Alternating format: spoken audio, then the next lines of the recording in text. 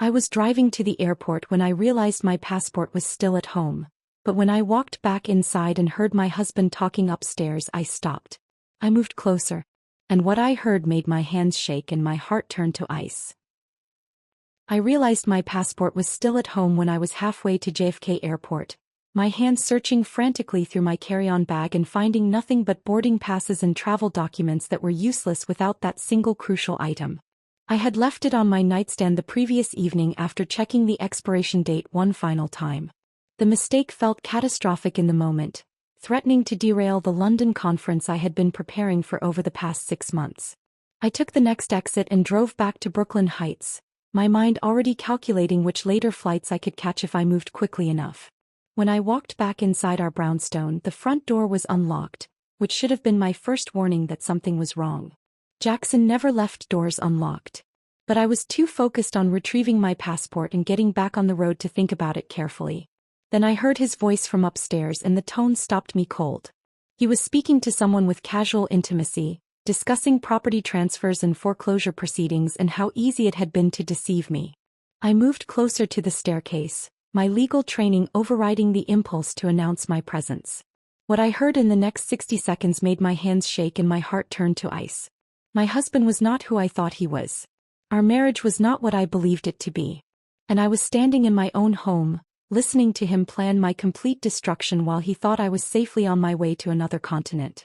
The drive back through Brooklyn streets I had known my entire life took 25 minutes.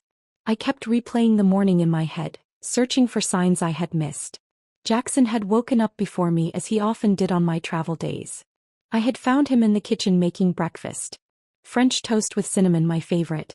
Coffee already brewed and poured into my travel mug. He had kissed me while I ate, his hand resting on the small of my back, and told me he would miss me terribly for the next 5 days. I had believed every word. Why would I not? 7 years of marriage had given me no reason to doubt his sincerity or question his love. This London conference represented everything I had worked toward since taking over my father's company 4 years ago. As Chief Risk Officer of Thornfield Security Solutions, I was scheduled to deliver a keynote speech about emerging threats in artificial intelligence security. The invitation from the European Cybersecurity Alliance had arrived 6 months earlier, and I had spent countless hours preparing my presentation, refining my arguments, anticipating questions from an audience of international experts who would be evaluating every word I spoke. This was my moment to prove that I belonged in their world, that a woman could lead in a field still dominated by men who often questioned my credentials before they questioned my ideas. My father had started Thornfield as a small cybersecurity consulting practice, working out of a converted warehouse in Red Hook with 2 employees and a handful of local clients. When he died suddenly from a heart attack, I had been 28 years old with a law degree and exactly 0 experience running a technology company. Everyone expected me to sell. The offers came in within days of the funeral, competitors circling and assuming I would be too overwhelmed with grief and inexperience to do anything else. Instead, I had spent 4 years transforming his modest practice into a firm that now protected Fortune 500 companies from digital threats. We had 40 employees, offices in 3 cities, and annual revenue that would have made Dad proud. Jackson had been there through all of it. We met at a legal conference in Manhattan just 6 months after my father died. I had been drowning in grief and the overwhelming responsibility of suddenly running a company I barely understood. He approached me after my presentation on data protection regulations, genuinely interested in my work, asking intelligent questions that showed he had actually been listening. He was handsome in an understated way, with dark hair that was just beginning to gray at the temples and blue eyes that seemed to truly see me, not just the professional facade I had learned to wear. Our courtship felt natural and unhurried. We spent evenings having long conversations over dinner about our dreams and fears. He would cook while I worked late on client proposals, bringing me wine and checking in without making me feel guilty about the hours I devoted to building the company. He never complained about my schedule or demanded that I choose between him and my career. Instead, he supported me, encouraged me, became the person I trusted most in the world. When he proposed during a weekend trip to the Finger Lakes, standing on a dock at sunset with the water turning gold around us, I said yes without a single hesitation. The wedding had been small and intimate, just family and close friends, held in my mother's garden in Cobble Hill. Jackson cried when he saw me walking down the makeshift aisle between rows of white chairs, and I remembered thinking my heart would burst from happiness. My mother had embraced him afterward, whispering that my father would have loved him, that she was grateful I had found someone who would take care of me the way Dad always had. Jackson had been particularly wonderful with my mother after we married. She lived alone in the Cobble Hill brownstone where I had grown up, the same house where my father had carried her over the threshold as a young bride in 1985. The building was more than just a home. It was 3 generations of family history, memories embedded in every room, my father's presence still lingering in the garden he had planted and the bookshelves he had built with his own hands. After Dad died, my mother struggled with both the grief and the practical aspects of managing the property. The building had rental units on the ground floor that required constant maintenance. There were tenant issues that needed handling, repairs that could not wait, property taxes that seemed to increase every year as the neighborhood gentrified around her. She found all of it overwhelming, and I watched her confidence erode as she tried to navigate a world my father had always managed for her. Jackson volunteered to help her, spending weekends fixing leaking faucets and reviewing financial documents that made her eyes glaze over with confusion. I had been so grateful for his willingness to step into that role, to care for my mother as if she were his own family. He was patient with her in ways I sometimes struggled to be, never making her feel foolish for not understanding things that seemed obvious to him. When he suggested consolidating some of the family financial accounts to make management easier, it seemed like a thoughtful solution from someone who genuinely wanted to ease our burdens. My mother signed the power of attorney documents he prepared, trusting him completely. I countersigned them without reading the fine print, too busy with a major client presentation to scrutinize paperwork from my own husband. We were handing him the keys to everything my parents had built, and neither of us had any idea what we were doing. Now I stood in the foyer of our brownstone with my hand gripping the banister, listening to Jackson's voice drift down from his 3rd-floor office. The tone was completely different from anything I had heard before. There was satisfaction in it, almost pleasure, as he discussed property transfers and foreclosure proceedings with someone he called sweetheart. The word made my chest tighten. He had never called me sweetheart. He used my name, sometimes adding terms of endearment like honey or babe, but sweetheart belonged to someone else. I forced myself to stay absolutely still and listen. My legal training kicked in, overriding the emotional response that wanted me to run up those stairs and confront him immediately. Gather information first. Never make accusations without evidence. These were principles that had served me well in business, and now I applied them to my crumbling marriage without even thinking about it. Jackson was saying something about how I had just left for the airport, how the stupid woman had believed the London story. The words felt like a physical assault, each one landing with precision and devastating impact. He talked about documents being ready, about my mother's house being in foreclosure by Tuesday, about how I had signed everything myself and actually thanked him for helping manage the family finances. I gripped the banister harder, my knuckles turning white from the pressure. My mother's house. The brownstone in Cobble Hill that held every memory of my childhood, every piece of my father that we had left. Jackson was talking about it as if it were just another property, just another asset to be liquidated and divided. Then he said the words that changed everything. After all these years of pretending to love that frigid, controlling woman, I am finally going to get what I deserve. What we both deserve, sweetheart. Pretending. 7 years of marriage reduced to a performance. 7 years of my love met with contempt I had been too blind to see. I stood in that foyer and felt something fundamental shift inside me, something that felt like a death and a rebirth happening simultaneously.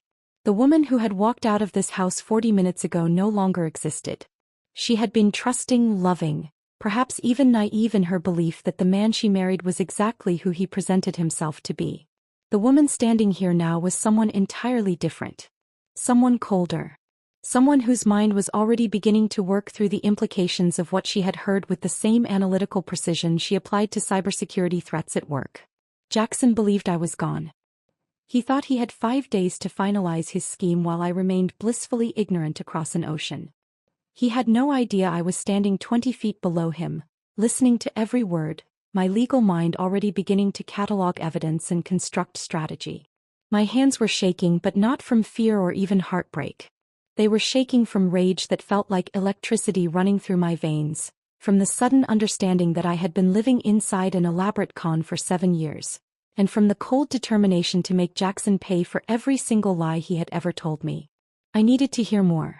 Every instinct screamed at me to run up those stairs and confront him, to demand explanations and answers, but my legal training held me in place. Evidence first. Understanding second. Action third.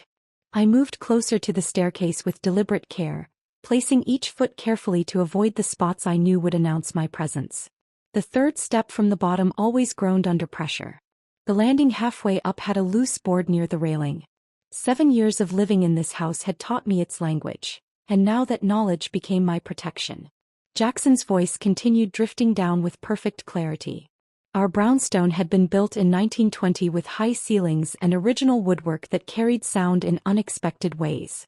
What seemed like private conversation on the 3rd floor could be heard distinctly in the foyer if you knew where to stand. I positioned myself at the base of the stairs where the acoustics were sharpest and forced my breathing to slow and quiet. No, don't worry, he was saying, his tone reassuring in a way that made my stomach turn. By the time she gets back in 5 days, everything will be locked down. The property transfer documents are ready. Her mother's brownstone will be in foreclosure by Tuesday. The old woman doesn't even check her accounts anymore. My mother's brownstone. The words landed like a physical assault. That house was worth nearly $2 million in the current market, but its value went far beyond money. 3 generations of my family had lived there. My grandmother had died in the upstairs bedroom. My father had proposed to my mother in the garden. I had taken my first steps on the hardwood floors of the living room. Every brick held memory, every room contained pieces of people we had loved and lost. And Jackson was discussing it as casually as if it were just another property transaction. And the best part, he continued, and I could hear the smile in his voice, the satisfaction of someone who believed himself clever and untouchable. She signed everything herself. Every single document over the past year. She actually thanked me for helping manage the family properties while she was so busy with work. The memory came rushing back with sickening clarity. 8 months ago, Jackson had presented me with a stack of papers at the kitchen table one evening. He had explained that consolidating the family accounts would make everything easier to manage, that my mother was getting confused by having multiple statements from different banks, that streamlining the process would reduce stress for everyone. I had been preparing for a major client presentation at the time, my laptop open beside my dinner plate, my mind already halfway through the security protocols I needed to review. I had signed where he indicated without reading carefully, trusting him completely because he was my husband, and why would my husband hurt me? After all these years of pretending to love that frigid, controlling woman, Jackson said, and his voice changed slightly, becoming harder and colder, I'm finally going to get what I deserve. What we both deserve, sweetheart. Sweetheart. He was talking to someone else. Someone who was not his wife. Someone who was his partner in this scheme, his co-conspirator in the destruction of my life. The betrayal doubled in that instant, multiplying into something so large I could barely comprehend its dimensions. This was not just theft. This was not just fraud. This was intimate violation by someone I had shared a bed with, someone I had trusted with my body and my heart and my family's legacy. I heard him laugh at something the other woman said, that genuine sound of amusement I had always believed I inspired in him during quiet evenings at home. The laugh I had fallen in love with during our courtship. Except now I understood it had never been for me. Perhaps nothing had ever been for me. Perhaps I had been living with a stranger who wore my husband's face, who performed affection with practiced skill while feeling nothing but contempt.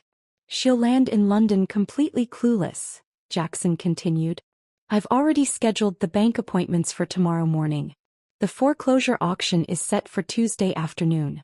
By Wednesday we'll have control of the property and can flip it immediately. The market in Cobble Hill is insane right now. We're looking at a clean $700,000 profit after paying off the mortgage and the equity line. $700,000. That was what my mother's home was worth to him. Not the memories or the history or the fact that an elderly woman who had already lost her husband would now lose the only place she had left that felt like home. Just numbers on a balance sheet. Just profit to be extracted and divided. I know, baby, I know, he said, his voice softening with affection that made my chest physically hurt. Just a few more days and we're done. We can finally stop pretending and get out of here. Maybe somewhere warm this time. You've been talking about Costa Rica. We could do that. Buy something on the beach. Live the life we've been planning for all these years. Costa Rica. A beach house.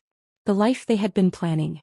While I worked 60-hour weeks building a company, while I traveled for conferences and client meetings, while I trusted him to be the stable foundation of our marriage, he had been planning an escape with another woman. Planning to steal everything and disappear while I was left with nothing but the wreckage of a life I thought was real. I should have felt devastated. I should have collapsed right there on the floor, broken by the magnitude of the betrayal. Instead, something else was happening inside me. Something cold and sharp and focused. The shock was transforming into clarity, the pain crystallizing into purpose. My mind began working through the implications with the same analytical precision I applied to cybersecurity threats at work. Jackson believed I was at the airport. He thought I was boarding a flight that would take me out of the country for 5 days. He had no idea I was standing in our home, listening to every word, learning the full scope of his plan. That ignorance was a weapon I could use. That temporary advantage was everything. I heard him moving around upstairs, his footsteps crossing the office floor. "I should go," he said to the woman on the phone.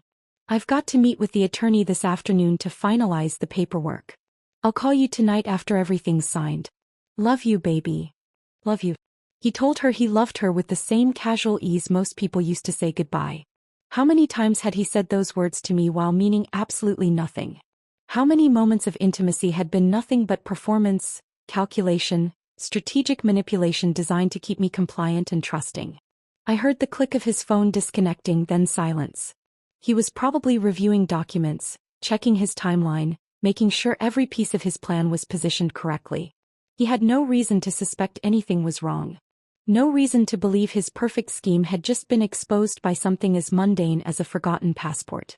I backed away from the stairs with the same careful precision I had used to approach them. The floorboard near the coat closet. The slight squeak in the hardwood by the door.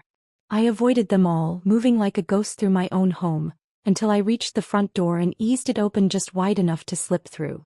The door closed behind me with a soft click that sounded like a gunshot in the quiet street. I walked to my car with measured steps, though every nerve in my body screamed at me to run. My hands fumbled with the keys and I had to try twice before I could get the door unlocked.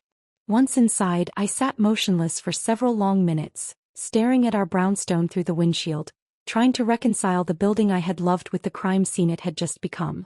My phone sat in the cup holder where I had placed it during the drive back from the highway. I picked it up and stared at the screen, watching it blur as tears finally came. Not tears of sadness. Tears of rage so intense they felt like they were burning my eyes. I had built a life with this man. I had trusted him with everything that mattered. I had believed in our future together with the kind of faith that now seemed impossibly naive. But crying would not help. Falling apart would not protect my mother or save her home or recover what had been stolen. I needed to think clearly, to move strategically, to become someone Jackson had never anticipated I could be. The woman who had driven away from this house 40 minutes ago would have confronted him immediately, demanded explanations, probably believed whatever lies he told her. That woman was gone. The woman sitting in this car now understood that she was at war, and the first rule of war was to never let your enemy know you were coming. I started the engine and pulled away from the curb, forcing myself to drive at a normal speed even though every instinct told me to floor the accelerator and put as much distance as possible between myself and that brownstone. My hands gripped the steering wheel so tightly that my fingers ached, but the physical pain helped ground me, kept me focused on what needed to happen next rather than what I had just discovered. Jackson believed I was at the airport right now. He thought I was checking in for my flight, going through security, boarding a plane that would carry me across the Atlantic and leave him free to execute his plan without interference. That belief was the only advantage I had, and I needed to protect it at all costs. I could not go home. I could not contact him. I could not do anything that would alert him to the fact that his carefully constructed timeline had just been shattered by something as mundane as a forgotten passport.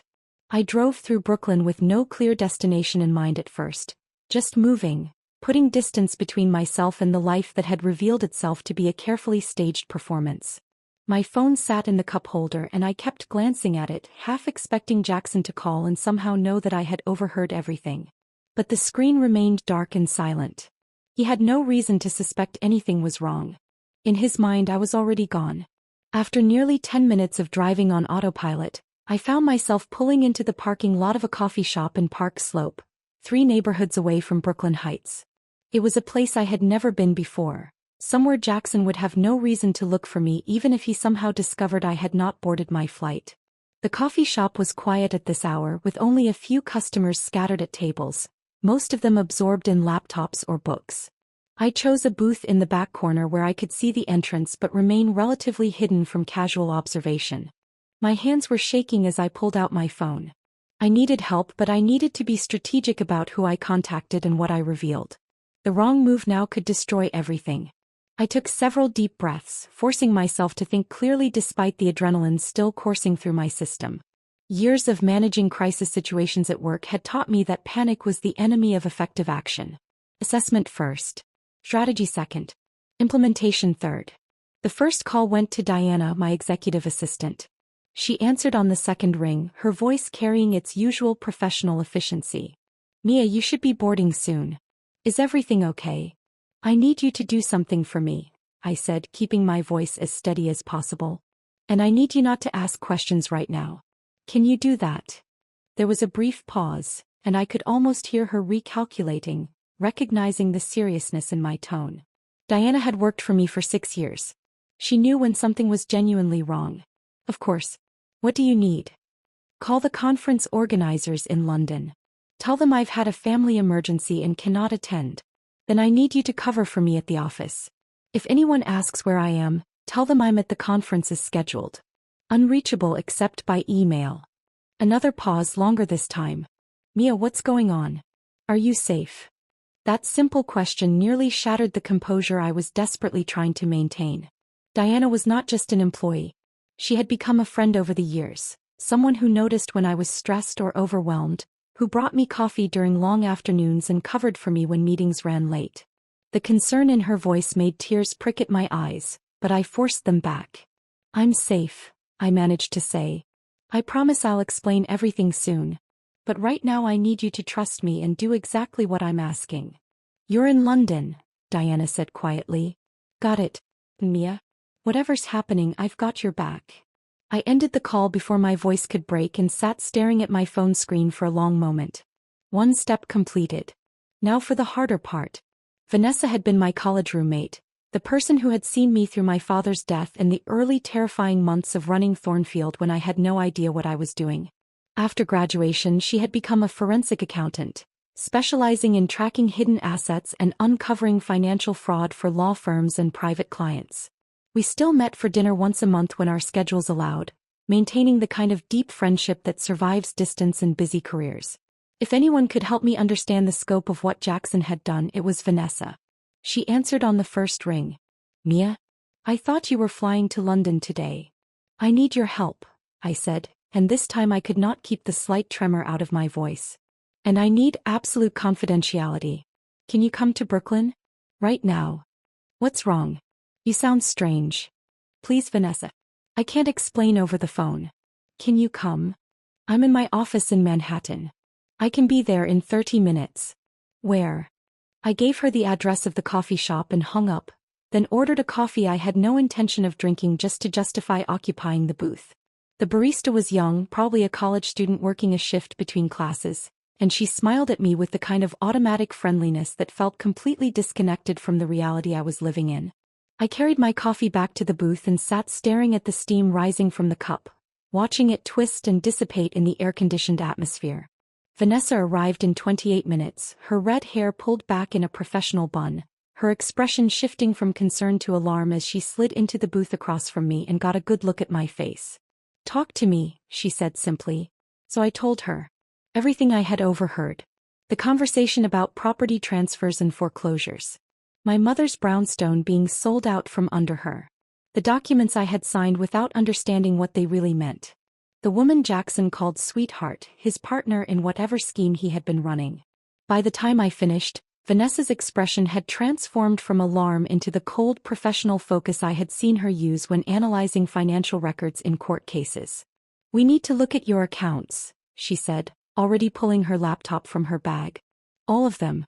Joint accounts, investment portfolios, property holdings, everything.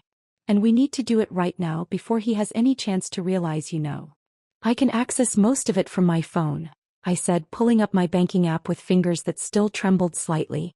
What we discovered over the next 2 hours made the initial shock of overhearing Jackson's conversation seem almost quaint by comparison. Vanessa worked with methodical precision, guiding me through accessing accounts I had barely looked at in months because I had trusted my husband to manage our finances competently. Trust. That word kept echoing in my head with increasingly bitter irony. The joint checking account looked normal at first glance. Regular deposits from my salary. Normal expenses for groceries, utilities, mortgage payments. But when Vanessa started examining the transaction history more carefully, patterns emerged that made my stomach turn. Small transfers out of the account, usually between $1,500 and $3,000, happening every few weeks for the past 18 months. The amounts were carefully calibrated to stay below the threshold that would trigger automatic fraud alerts from the bank. Where is this money going? I asked, watching Vanessa's fingers fly across her keyboard. An account registered to something called Hearthstone Properties, she said, her voice tight with controlled anger. Give me a few minutes. I need to make some calls. She stepped outside to use her phone, speaking in the abbreviated technical shorthand of financial forensic specialists, and I sat alone in the booth watching her through the window. She made 3 calls, each one progressively longer, and with each conversation her expression grew grimmer. When she finally came back inside and sat down across from me, I knew the news was going to be worse than I had imagined. Mia, she said carefully, Jackson Rourke Brennan is not his real name. Or rather, Brennan is not his original surname. She turned her laptop screen toward me and I found myself staring at a criminal record. Jackson Rourke. Convicted of investment fraud in Connecticut 8 years ago. Served 2 years in a minimum security prison. Released on parole and immediately filed for a legal name change, adding Brennan as his surname to create a fresh identity that would not trigger background checks or raise red flags with potential victims. 8 years ago. 1 year before I met him at that legal conference in Manhattan. 1 year before he had approached me after my presentation with what I had believed was genuine interest in my work. Everything had been calculated from the very first moment. There's more, Vanessa said quietly, and she pulled up social media profiles on her screen. A woman named Sienna Hartley, 26 years old, blonde and beautiful, her Instagram feed filled with luxury vacations and designer purchases. And there, in the background of a beach photo, partially obscured but unmistakable, was Jackson. She's his partner, Vanessa said. They're listed as co-owners of Hearthstone Properties. And Mia, they've done this before. My phone buzzed with a text message around midnight. Jackson. The screen glowed in the darkness of my hotel room, and I stared at the words with a detachment that felt almost surreal. Missing you already. Hope the flight wasn't too rough. Call me when you land tomorrow morning. He had even added a heart emoji at the end, that small digital symbol that was supposed to represent affection but now felt like mockery. I did not respond immediately. Instead, I calculated the time difference, thought about when someone arriving in London after an overnight flight would reasonably be expected to call, and made a note to contact him at the appropriate hour. Every detail mattered now.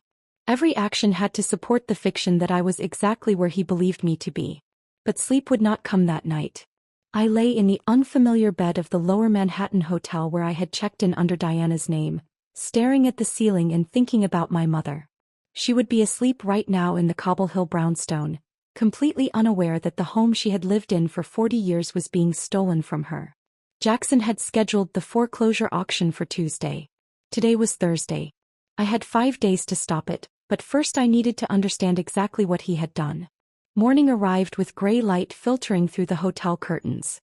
I showered and dressed mechanically, then drove to Cobble Hill before I could second-guess the decision. My mother was an early riser, always had been, and I knew I would find her awake even at 7 in the morning. The brownstone looked exactly as it always had, its brick facade warm in the morning sun, the garden my father had planted still thriving despite his absence. I sat in my car for several minutes, gathering courage for a conversation I desperately did not want to have. How do you tell your mother that the man she trusted, the man who had fixed her leaking faucets and reviewed her bank statements and treated her with such apparent kindness, had been systematically robbing her? She answered the door in her bathrobe, surprise and pleasure crossing her face when she saw me. Mia, sweetheart, what are you doing here? I thought you were flying to London yesterday. Change of plans, Mom. Can I come in? She stepped aside, already moving toward the kitchen to make coffee, that automatic hospitality that had been ingrained in her since childhood. I followed her through rooms filled with furniture that had witnessed 3 generations of family life, past photographs on the walls showing my father's face frozen in moments of happiness, to the kitchen where sunlight streamed through windows overlooking the garden. "Is everything all right?" she asked, setting 2 mugs on the counter. "You look tired. I need to ask you something and I need you to be completely honest with me. Can you show me any paperwork Jackson has given you recently? Anything related to the house or your bank accounts?" Her expression shifted from pleasant concern to confusion. "What's this about, Mia? Please, Mom. Just show me what you have." She disappeared into the small office off the living room, the space my father had used to manage household finances, and returned with a folder containing documents I had never seen before. I spread them across the kitchen table and felt my stomach drop as I read through page after page of legal paperwork that my mother had signed without understanding. Jackson had refinanced the brownstone 18 months ago, taking out a new mortgage that was nearly double the remaining balance on the original loan. He had also opened a home equity line of credit for an additional $200,000. The documents were sophisticated, filled with legal language that would have confused anyone without a background in real estate law, and Jackson had explained them to my mother as routine administrative updates that would lower her monthly expenses and simplify her financial management. "You said this would make things easier," my mother said quietly, watching me read. "You said the payments would go down." "I never said that, Mom. Jackson said that. But you signed too. Right here."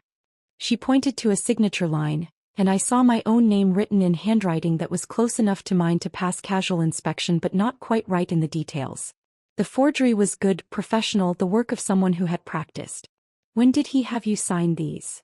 I asked, keeping my voice as steady as possible. "About 1.5 years ago. He brought them by one afternoon when you were traveling for work. He said you had already reviewed everything and approved it, that he just needed my signature to finalize the paperwork. I trusted him, Mia. He's your husband. Why wouldn't I trust him?" I pulled up my banking app and accessed my mother's accounts using the information she had given me years ago for emergencies. What I found made the room tilt slightly. The refinancing had generated over $300,000 in cash, money that should have been deposited into my mother's account. Instead, it had vanished into accounts registered to Hearthstone Properties, the shell company Vanessa had identified. The monthly mortgage payments had not been made in 4 months. Late fees and penalties had accumulated. The bank had filed foreclosure proceedings 2 weeks ago, sending notices to a post office box that Jackson controlled. "Mom," I said carefully, "when was the last time you actually received a bank statement in the mail?" She thought about it, confusion deepening on her face. Jackson said he had everything switched to electronic statements to save paper. He said he would review them and let me know if there were any problems. Of course he had.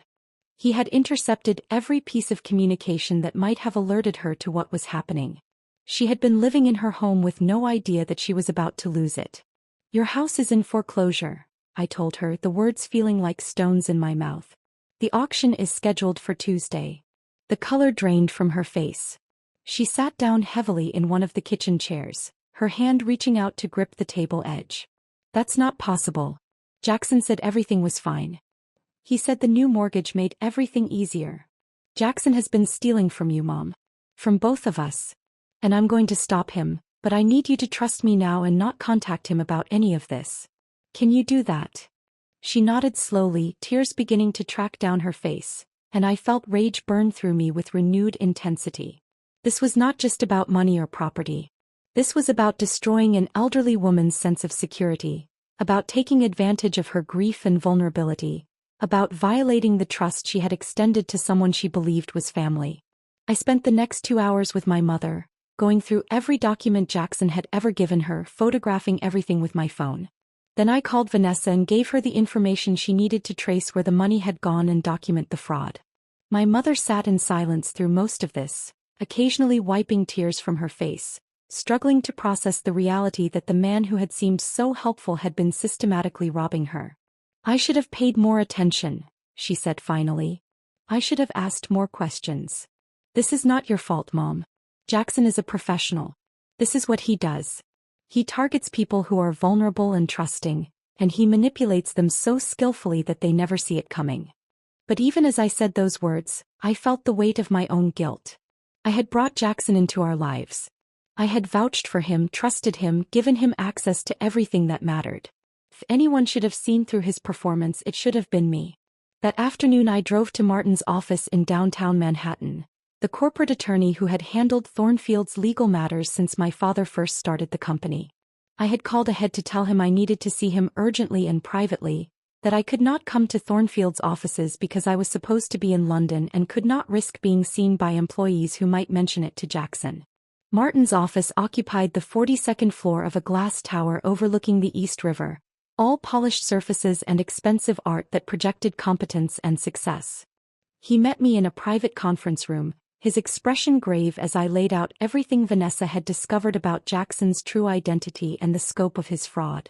I need to know if the company is vulnerable, I told him, spreading documents across the conference table. If he's been stealing from me personally and from my mother, what's to stop him from going after Thornfield? Martin reviewed the papers with increasing alarm, his expression darkening as he recognized the sophistication of the forgeries. These are good, he said quietly.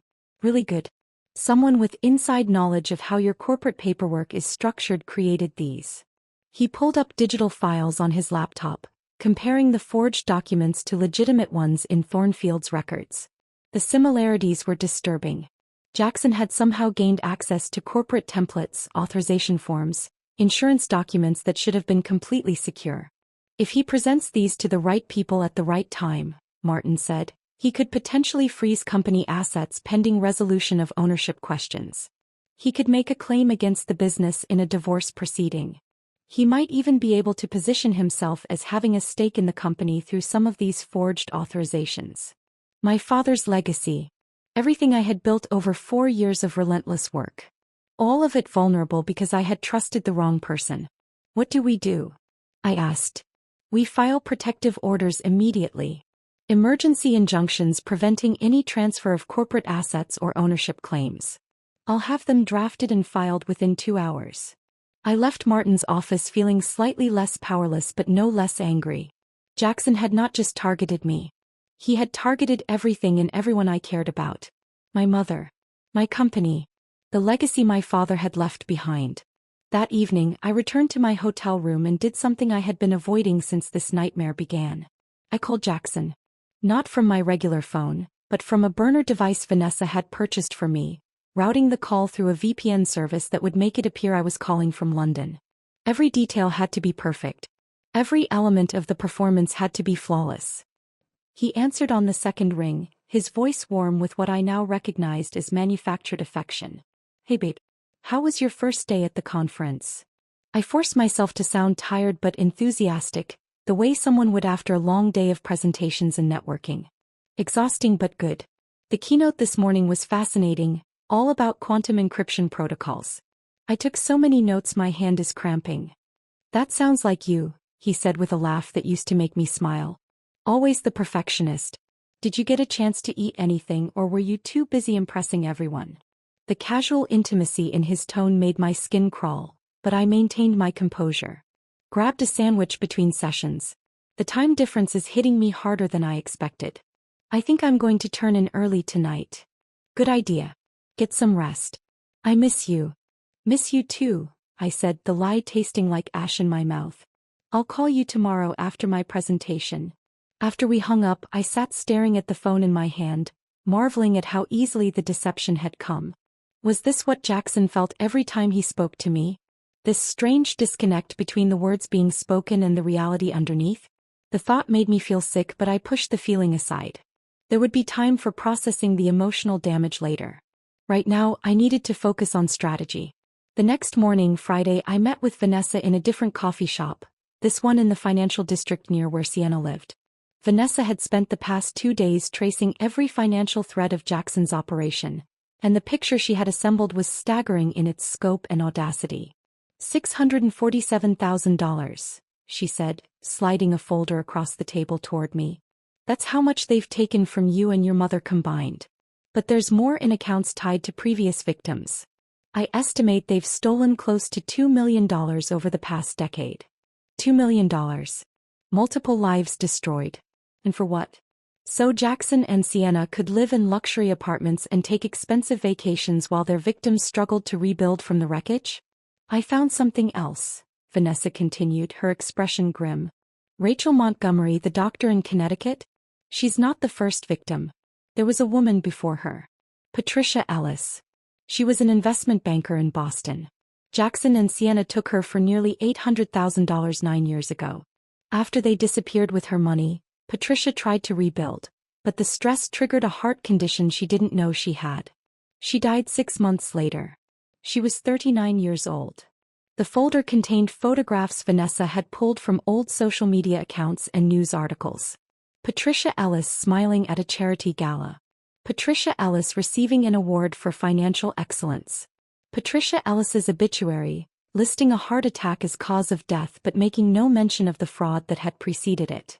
They killed her, I said quietly. Maybe not directly, but they killed her just the same. And Lauren Prescott killed herself after they destroyed her, Vanessa added. Mia, these people are not just thieves. They're predators who leave bodies behind them. If we don't stop them now, completely and permanently, they'll just do this again to someone else. I knew she was right. Protecting myself and my mother was not enough. This had to end in a way that ensured Jackson and Sienna could never hurt anyone again. That afternoon I did something that even Vanessa thought was risky. I went to Sienna's apartment in the financial district. I had prepared carefully, dressing in professional attire that suggested business rather than confrontation, carrying a leather portfolio that contained a hidden recording device. When I knocked on her door, I wore an expression of friendly professionalism that gave away nothing of the rage burning beneath the surface. Sienna answered wearing designer athleisure where that probably cost more than most people's monthly rent. She was even more striking in person than in her social media photos, with the kind of effortless beauty that came from expensive maintenance and genetic luck.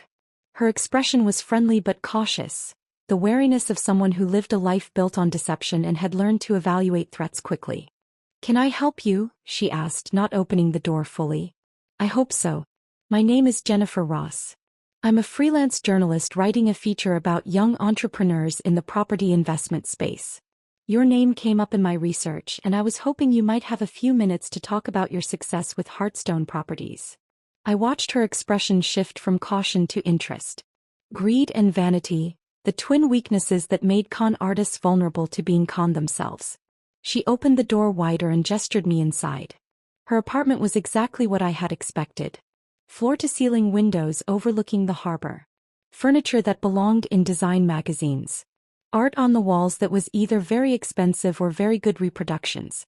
Everything about the space screamed money, and I knew with certainty that none of it had been earned honestly. "I'm always happy to talk about my work," Sienna said, settling onto a white leather sofa and gesturing for me to sit across from her.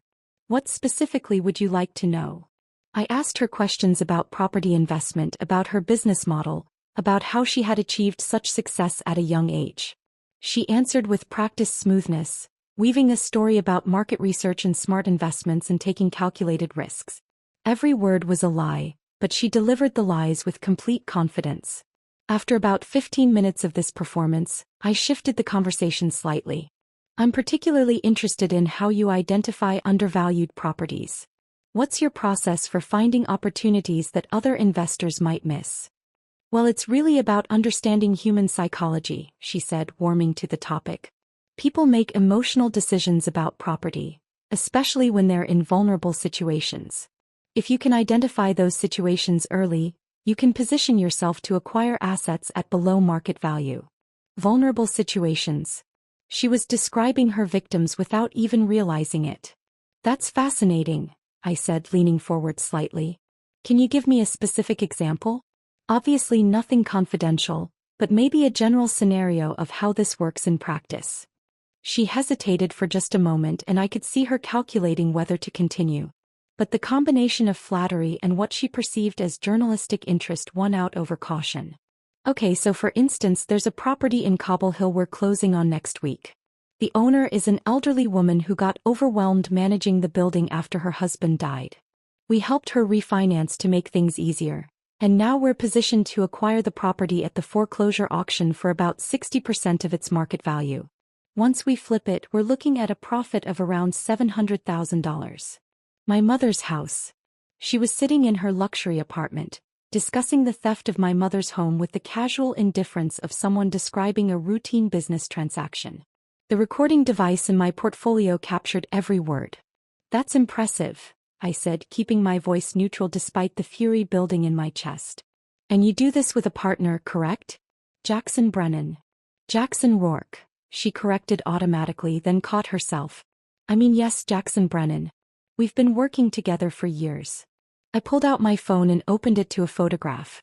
Not of Sienna and Jackson, but of Patricia Ellis and Lauren Prescott, the two victims whose lives had ended because of what Jackson and Sienna had done to them. Do you recognize these women? I asked, holding the phone where she could see the screen. Her face went pale. Who are you? My name is not Jennifer Ross. It's Mia Thornfield. And that property in Cobble Hill you're planning to steal? That's my mother's house. The one you and Jackson have been systematically robbing while he pretended to be my husband. She stood up quickly, backing toward the door. I think you need to leave. These women are dead, I continued, my voice remaining calm despite the emotions churning inside me. Patricia Ellis and Lauren Prescott. Dead because of what you and Jackson did to them. How many others, Sienna? How many lives have you destroyed? Get out of my apartment, she said, her voice rising. Get out or I'm calling the police. Please do, I said, standing but not moving toward the door. I'd love to explain to the police exactly what you and Jackson have been doing. I have documentation of everything. Bank records, forged documents, evidence of your previous victims. I've spent the last 3 days building a case that will put both of you in prison for a very long time. Her hand was on her phone, but she had not dialed yet. I could see her mind working, trying to calculate her options and finding them all closed off. Or, I continued, you could cooperate. Tell me everything. Every detail of your operation, every account where you've hidden money, every victim you've targeted. Do that, and maybe I'll mention your cooperation when I speak to the district attorney. She stared at me for a long moment, and I saw the exact instant when her survival instinct overrode her loyalty to Jackson. I want a lawyer, she said. And I want immunity. Then you better have something worth trading, I replied. Sienna sat back down on her white leather sofa, but the confident posture from earlier had vanished. Her shoulders were tight, her hands clasped together in her lap, and I could see her mind working through calculations that were rapidly producing unfavorable outcomes. She was cornered and she knew it. I need to make a call, she said finally, her voice lacking the smooth confidence it had carried just minutes earlier. Go ahead, I replied, settling back into my chair with my portfolio still recording every word. But understand that the clock is ticking. Jackson is planning to execute your scheme tomorrow morning. Once he does that, you're both going down together. But if you cooperate with me now before he makes his move, you might have something to bargain with. She picked up her phone but did not dial immediately. Instead, she stared at the screen as if it might provide answers to questions she was afraid to ask. When she finally spoke, her voice was quiet. How long have you known? 5 days.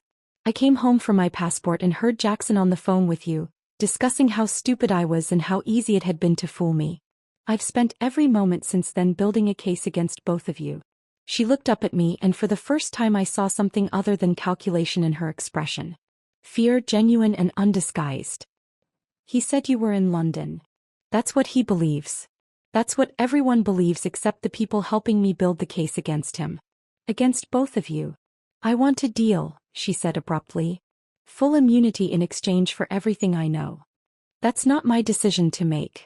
But I can tell you that the district attorney will be a lot more interested in talking to you if you provide information before Jackson executes tomorrow morning than after. Right now you're co-conspirators. But if you flip on him first, you become a witness instead of just another defendant. She made her call then to a lawyer whose name I did not recognize, speaking in hushed tones that I could not quite make out. The conversation lasted several minutes, and when she hung up, some of the fear had been replaced by a harder expression that suggested she had made a decision. My attorney says I should not talk to you without him present and without a formal agreement from the district attorney's office. Smart lawyer, I said, standing and collecting my portfolio. You should listen to him. But understand something, Sienna. Every hour you wait is an hour that Jackson gets closer to executing. And once he does that, your value as a cooperating witness drops significantly. Think about whether you want to go down with him or save yourself. I walked toward the door, then paused and turned back to face her. Patricia Ellis and Lauren Prescott. Those women are dead because of what you and Jackson did. You can't bring them back, but you can make sure there are no more victims after me. That has to mean something even to someone like you. I left her apartment and returned to my car, where Vanessa was waiting in the passenger seat. She had been monitoring the recording remotely through a device connected to my portfolio, and her expression was grim. "She's going to flip," Vanessa said. I could hear it in her voice. "She's more afraid of prison than she is loyal to Jackson." Good. Let her be afraid. Fear makes people tell the truth. Sunday evening arrived with the weight of everything that was about to happen pressing down on my shoulders. I sat in my hotel room and composed a text message to Jackson, routing it through the VPN to make it appear I was sending it from London. The message was simple and ordinary, exactly what he would expect from a wife returning from a business trip. "Flight boarding soon. Should land around 8 a.m. your time. Can't wait to see you." His response came within seconds. "Can't wait to see you too. I've missed you so much. Safe flight, babe." I stared at those words for a long time, thinking about how easily lies could be dressed up as affection, how skilled Jackson was at performing emotions he did not feel. Then I turned off the phone and tried to sleep, knowing that tomorrow would require every ounce of strength and clarity I could summon. Monday morning came with gray clouds threatening rain. I woke at 5, showered and dressed in the navy suit my father had once complimented, the one he said made me look like someone who could command respect in any room. The memory of his words steadied me as I drove through empty Brooklyn streets toward our brownstone, parking across the street where I could watch the front door without being immediately visible. Jackson emerged at 8:30 exactly on schedule. He was dressed in a charcoal suit I had bought him for our anniversary 2 years ago, carrying the leather portfolio he used for important business meetings.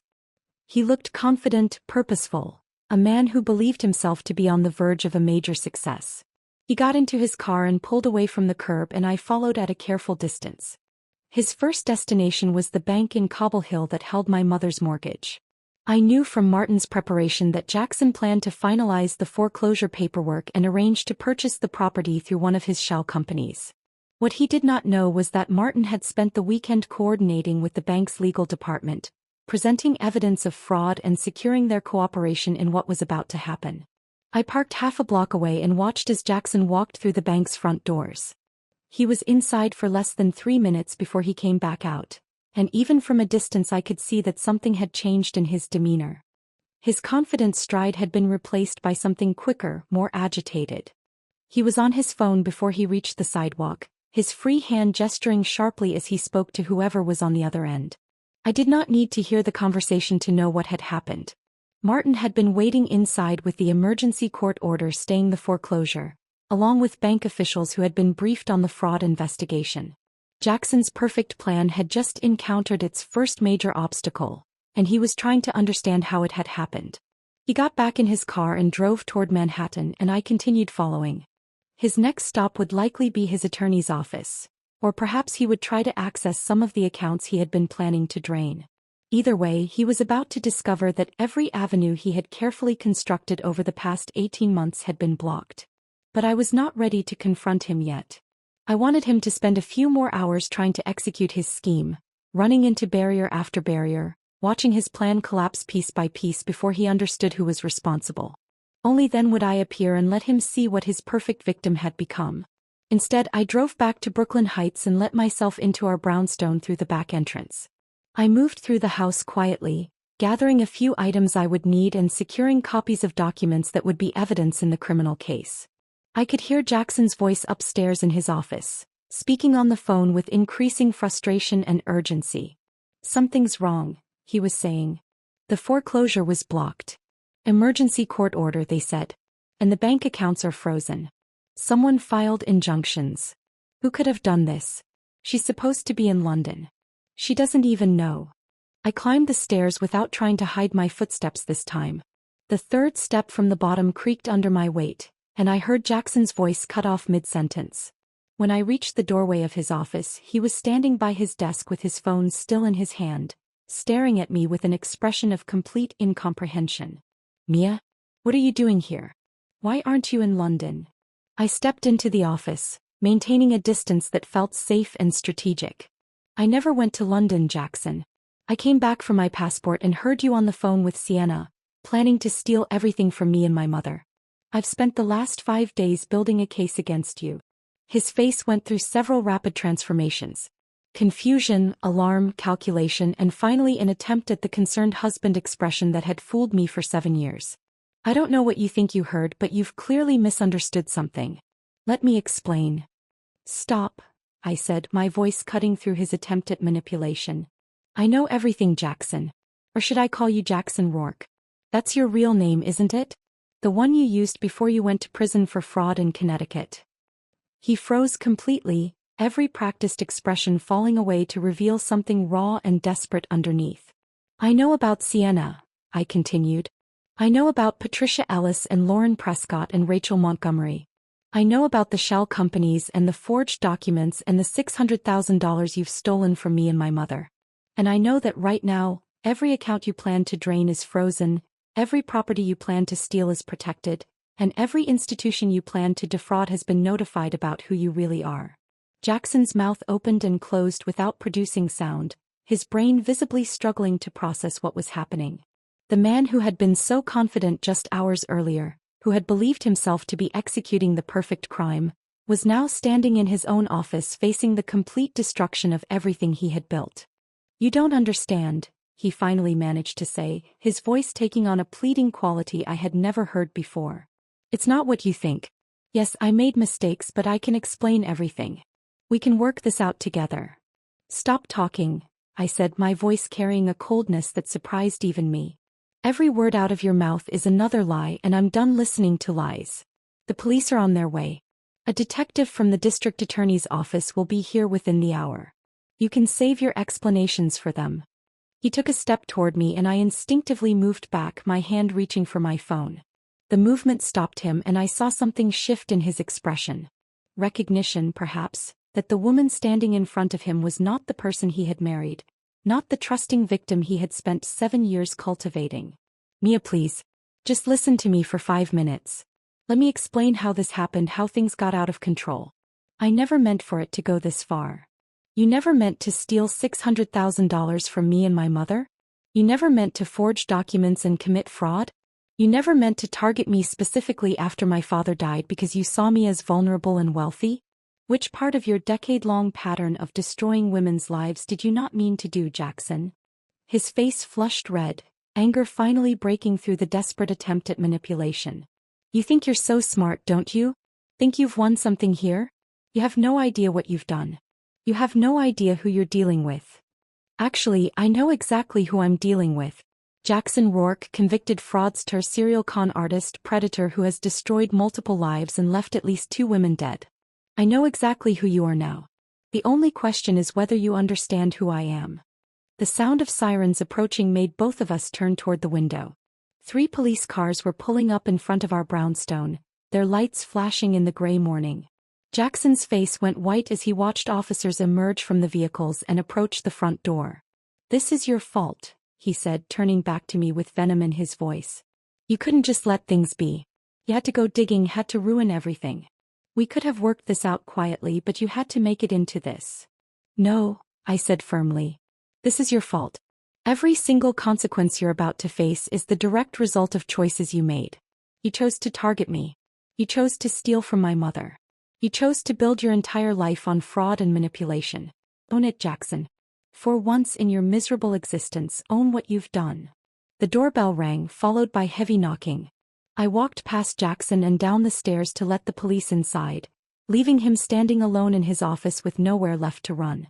The arrest was quick and professional.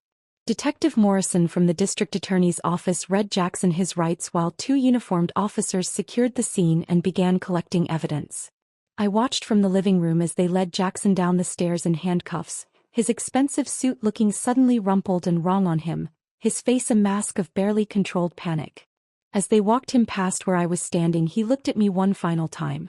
I did love you, he said quietly. At least in the beginning. That was real. No, it wasn't, I replied. And we both know it. They took him away, and I stood in the foyer of the brownstone that had been our home, feeling nothing but a strange emptiness where I thought there should be pain or triumph or something more substantial than this hollow sense of conclusion. The next morning, I sat across from Detective Morrison in a conference room at the district attorney's office in downtown Brooklyn. Between us lay folders containing every piece of evidence I had gathered over the past week, organized with the same meticulous attention to detail I applied to cybersecurity assessments at work. "This is remarkable," Detective Morrison said, reviewing the timeline I had constructed showing every transaction, every forged document, every point of contact between Jackson and his victims. "In 20 years of working fraud cases, I've never seen a victim present this level of documentation. Most people are so traumatized by discovering the fraud that they can barely function, let alone conduct an investigation." "I was traumatized," I said quietly. "But I was also angry. And I know how to conduct investigations. It's part of what I do professionally. I just applied those same skills to my personal situation." He nodded, making notes on a legal pad. "The recorded conversation with Sienna Hartley is particularly valuable. She admitted to knowing about the scheme, to targeting you specifically, to having done this to previous victims. That's going to be extremely difficult for her attorney to explain away. She called her lawyer after I left her apartment. I assume she's trying to negotiate some kind of deal." "She is," Detective Morrison confirmed. "Her attorney reached out yesterday afternoon. She wants full immunity in exchange for testifying against Jackson, providing documentation of their entire operation, and identifying other victims we might not know about." "Are you going to give her immunity?" He leaned back in his chair, considering the question carefully. "Probably not full immunity. But we might offer a reduced sentence in exchange for cooperation. The truth is, we need her testimony to make the strongest possible case against Jackson. She can describe their methodology, explain how they researched and targeted victims, provide evidence that establishes this as an ongoing criminal enterprise rather than just individual acts of fraud. That turns this from a few years in prison into potentially decades." "Good," I said simply. "I want him in prison for as long as legally possible. Not because I'm vindictive, but because every year he spends locked up is a year he can't do this to someone else." "There's something else you should know," Detective Morrison continued, pulling another folder from his briefcase. "After news of Jackson's arrest started circulating, we received calls from 3 additional women who believe they were victimized by him and Sienna. One in Pennsylvania, one in New Jersey, one in Massachusetts. The cases go back almost 12 years. We're still investigating, but the pattern is consistent with what you've documented. 12 years. More victims than even Vanessa had been able to identify. How many lives had Jackson destroyed? How many women had trusted him the way I had, only to discover too late that everything had been a performance? I want to help them," I said. "The other victims. If there's anything I can do to support their cases or help them recover, I want to do it." Detective Morrison smiled slightly. "I thought you might say that. I'll make sure you're connected with the Victim Services Coordinator. In the meantime, we'll be filing formal charges later today. Multiple counts of fraud, forgery, identity theft, and conspiracy. Jackson is looking at 15 to 20 years if convicted on all counts." The preliminary hearing was held 3 weeks later in a Brooklyn courtroom that smelled of old wood and floor polish. I sat in the gallery with my mother beside me, watching as Jackson was led in wearing an orange jumpsuit that made him look smaller and less significant than the man who had dominated my life for 7 years. His attorney, a sharp-looking woman in an expensive suit, sat beside him whispering what I assumed were strategic instructions. The prosecutor laid out the case with clinical precision, describing the pattern of fraud that had begun more than a decade earlier and had continued through multiple victims across multiple states. She presented evidence of forged documents, fraudulent property transfers, stolen funds that totaled well over $1 million when all victims were accounted for. She played portions of the recording I had made of Sienna, her voice filling the courtroom as she described targeting vulnerable women and stealing everything they owned. Jackson sat motionless through most of it, his face carefully neutral, but I saw his hands clench when the prosecutor mentioned Patricia Ellis and Lauren Prescott, the 2 women whose lives had ended after he had destroyed them financially. When the prosecutor finished, Jackson's attorney stood and argued that much of the evidence was circumstantial, that my recording of Sienna had been obtained under false pretenses, that Jackson had a right to present his own version of events at trial. The judge listened impassively and then set bail at $2 million, an amount Jackson could not possibly meet given that all his assets had been frozen. As they let him back out of the courtroom, Jackson's eyes found mine in the gallery. There was no pleading in his expression this time, no attempt at manipulation. Just cold hatred that confirmed everything I had come to understand about who he really was. My mother reached over and squeezed my hand. "Your father would be proud of you," she whispered. "Not just for stopping Jackson but for how you did it. With intelligence and strategy instead of just emotion." I squeezed back, feeling tears prick at my eyes for the first time since this nightmare had begun. "I wish Dad was here," I said quietly. "I wish he could have protected us from this." "He did protect us," my mother replied. "He raised you to be strong and smart and capable of protecting yourself. That's the greatest gift a parent can give." We left the courthouse together that afternoon, my mother and I walking down the stone steps into gray November light that felt appropriate for the moment. There was no celebration, no sense of victory, just a quiet exhaustion that came from carrying the weight of betrayal for so long and finally being allowed to set it down. "What happens now?" my mother asked as we reached the street where I had parked. "How we rebuild," I said simply. "Everything he tried to destroy we put back together. Better and stronger than before." But I knew even as I spoke those words that rebuilding would be more complicated than the statement suggested. Some things once broken could never be fully restored to their original form. They could only be transformed into something different, something that carried the scars of what had been done to them. The months that followed Jackson's sentencing were filled with practical necessities that left little room for emotional processing. Vanessa worked with forensic accountants and law enforcement to trace the stolen funds through the maze of shell companies and offshore accounts Jackson and Sienna had created. The recovery process was slow and frustrating, complicated by the fact that a significant portion of the money had been spent on Sienna's luxury lifestyle and could never be reclaimed. Designer clothes and exotic vacations leave no assets to seize, no accounts to freeze, just receipts documenting how other people's life savings had been converted into temporary pleasures. In the end, we recovered approximately 62% of what had been stolen from me and my mother. Not everything but enough to stabilize what Jackson had tried to destroy. I used a portion of those recovered funds to pay off my mother's brownstone completely, then worked with Martin to establish a trust that would protect the property from any future attempts at fraud or manipulation. The house that had nearly been lost was now secured in a way that gave my mother genuine peace for the first time since my father's death. Thornfield Security Solutions required a different kind of rebuilding. The company itself had survived Jackson's attempt at corporate fraud intact, thanks to the emergency injunctions Martin had filed.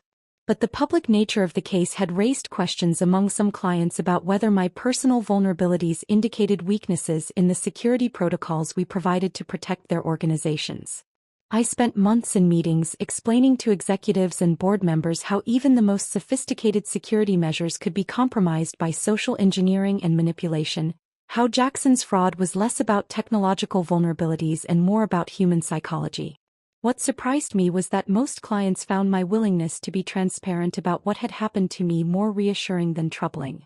I developed a presentation about the lessons I had learned from being targeted by a professional con artist, transforming my painful experience into educational content that helped security officers and executives recognize similar threats in their own organizations.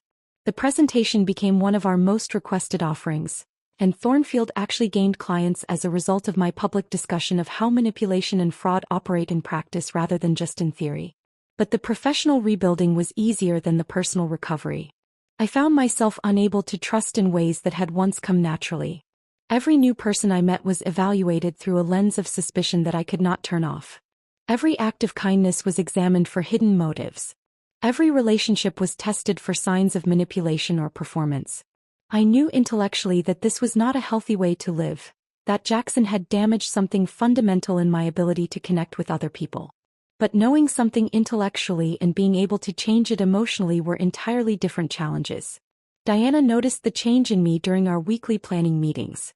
6 months after Jackson's sentencing, she brought me coffee one morning and closed my office door before sitting down across from my desk. "You need to talk to someone," she said without preamble. "A therapist, I mean. Someone who specializes in trauma." I'm fine, I said automatically, the response I had been giving everyone who asked. You're not fine, Mia. You're functioning, which is impressive given what you've been through. But functioning is not the same as healing. You've rebuilt the business and saved your mother's house and put Jackson in prison. Now you need to rebuild yourself, and that requires help. He was right, of course. I started seeing a therapist who specialized in complex trauma and betrayal. The sessions were difficult, forcing me to examine not just what Jackson had done but how it had changed me, how it had altered my ability to exist in the world with any sense of security or trust. Dr. Warren did not push me to forgive Jackson or to release my anger or to embrace vulnerability again. Instead, she helped me understand that what I had experienced was a form of psychological violence, that my wariness and suspicion were protective mechanisms that had served an important purpose but needed to be calibrated so they did not control my entire existence. One unexpected consequence of the case becoming public was the network of survivors who reached out to me. Women who had been targeted by similar fraud schemes, who had lost money or property or years of their lives to men who had never loved them at all. Some had been victimized by Jackson specifically, others by different predators who operated with the same calculated cruelty. We began meeting informally at first, gathering in coffee shops to share our stories and realize we were not alone in what had been done to us. Rachel Montgomery became particularly important to me during this time.